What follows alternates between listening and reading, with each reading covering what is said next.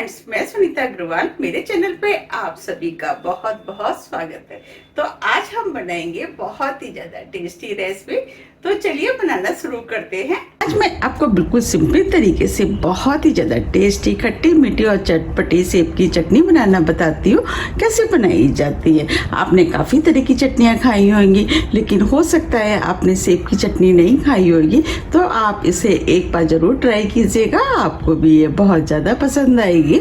आप इसे पूड़ी, पराठे, चपाती, चावल आप किसी के साथ भी खा सकते हैं, और आप चाहे तो इसे बच्चों के लंच बॉक्स में भी रख सकते हैं। तो चलिए देख लेते हैं इसे कैसे बनाया जाता है। सेब की चटनी बनाने के लिए ये हमने 400 ग्राम सेब लिए हैं। सबसे पहले हम सेबों को छील लेते हैं। तो हम एक सेब ले लेते हैं और इस तरीके से हम सेब को छील लेते हैं।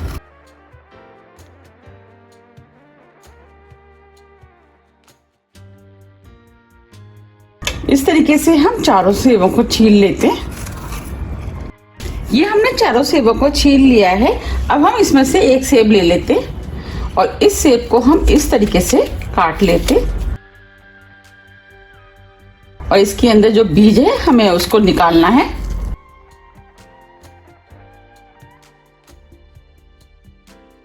इस तरीके से हम बीज वाले पोर्शन को निकाल देंगे।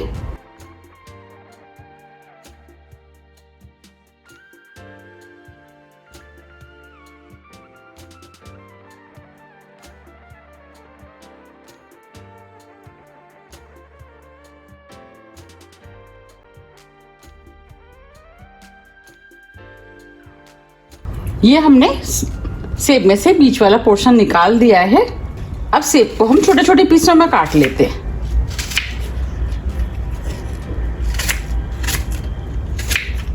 देखिए, मैं आपको पास से दिखा देती हूँ। देखिए, हम इस तरीके से सभी सेब को काट लेंगे। ये हमने सेबों को काट लिया है। सेब को काटते समय आपको एक चीज का ध्यान रखना है, जब भी आप चटनी बनाएं उसी टाइम सेब को काटें, क्योंकि सेब बहुत जल्दी लाल हो जाता है। चलिए अब हम चटनी बना लेते हैं। चटनी बनाने के लिए 1 टेबल स्पून ऑयल हम पैन में डाल देते हैं। ऑयल को गर्म होने देते हैं। ऑयल गर्म हो गया है। अब इसके अंदर 1 टीस्पून सौंफ डाल देते हैं, आधी टीस्पून जीरा। अब जीरा और सौंफ भी भुन गए हैं। जो हमने सेब काटे थे वो हम इस पैन में डाल देते।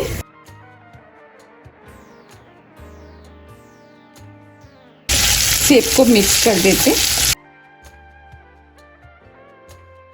अब सेबों को ढक देते हैं और 6 से 7 मिनट के लिए स्लो मीडियम फ्लेम पर इन्हें सॉफ्ट होने देते हैं। अब बीच में हम 1-2 बार इसे ऊपर नीचे कर देंगे।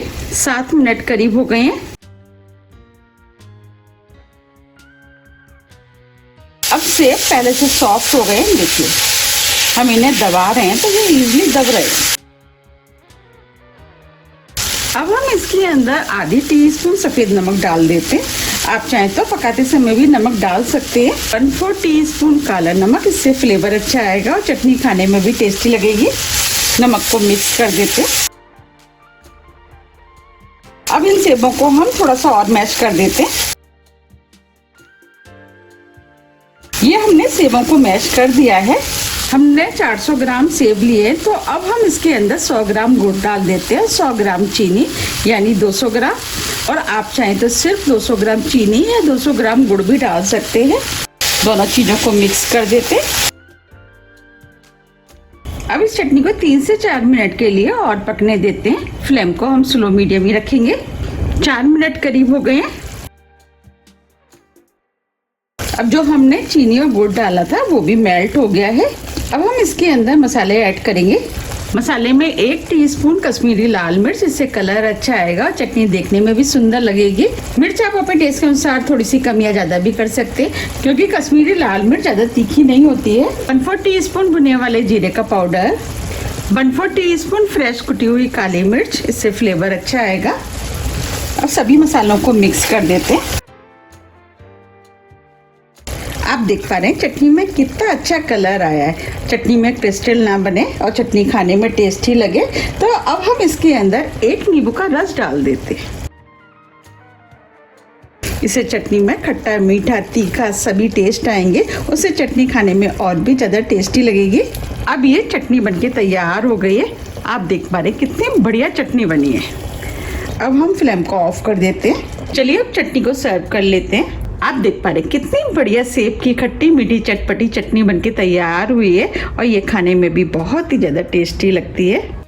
और आपको तो पता ही है कि सेब हमारी हेल्थ के लिए कितने ज़्यादा फायदेमंद होता है, क्योंकि इसमें भरपूर मात्रा में fibre, vitamin C, minerals, iron जो हमारी खून की कमी को पूरा करता है और इसमें एंटीऑक्सीडेंट होते हैं। इसीलिए तो कहा जाता है कि अपनी डाइट में एक सेब को किसी न किसी रूप में ज़रूर खाना चाहिए। जैसे कि बच्चे सेब खाना पसंद नहीं करते हैं तो आप इस चटनी को उनको बना करके दे सकते हैं। उनको ये चटनी बहुत ज़्यादा पसंद आएगी। और घर में अगर सेब रखें फिर तो इस चटनी को बनाने में बिल्कुल भी टाइम नहीं लगता है। आप इसे किसी भी कांच की एयर टाइट बोतल में भर करके फ्रिज में रख सकते हैं और ये कई महीने तक खराब नहीं होती है। और जब भी आपको खाना है आप इसे निकाल करके खा सकते हैं। तो आप मुझे कमेंट्स करके ये ज़रूर बताइए कि आपको ये चटनी कैसी लगी। अगर आपको पसंद आती है तो आप ज़्यादा से ज़्यादा फ्रेंड और फैमिली के साथ शेयर कीजिए और मुझे कमेंट्स करके ये ज़रूर बताइए कि आप इसे कब बना रहे हैं। अब मैं आपको इस चटनी को पास से भी दिखा देती हूँ। देखिए कितनी बढ़िया चटनी बनी है, देखते ही आ रहा है ना मुंह में पानी। तो आप मुझे कमेंट्स करके ये ज़रूर बताइए कि आप इसे कब बना रहे हैं। अगर आपको मेरी रेसिपी थोड़ी भी पसंद आती है तो रेसिपी को लाइक कीजिए, चैनल को सब्सक्राइब कीजिए और ज़्यादा से ज़्यादा शेयर कीजिए। अब हम फिर मिलते हैं इसी तरह की टेस्टी रेसिपी के साथ। जब तक के लिए नमस्कार।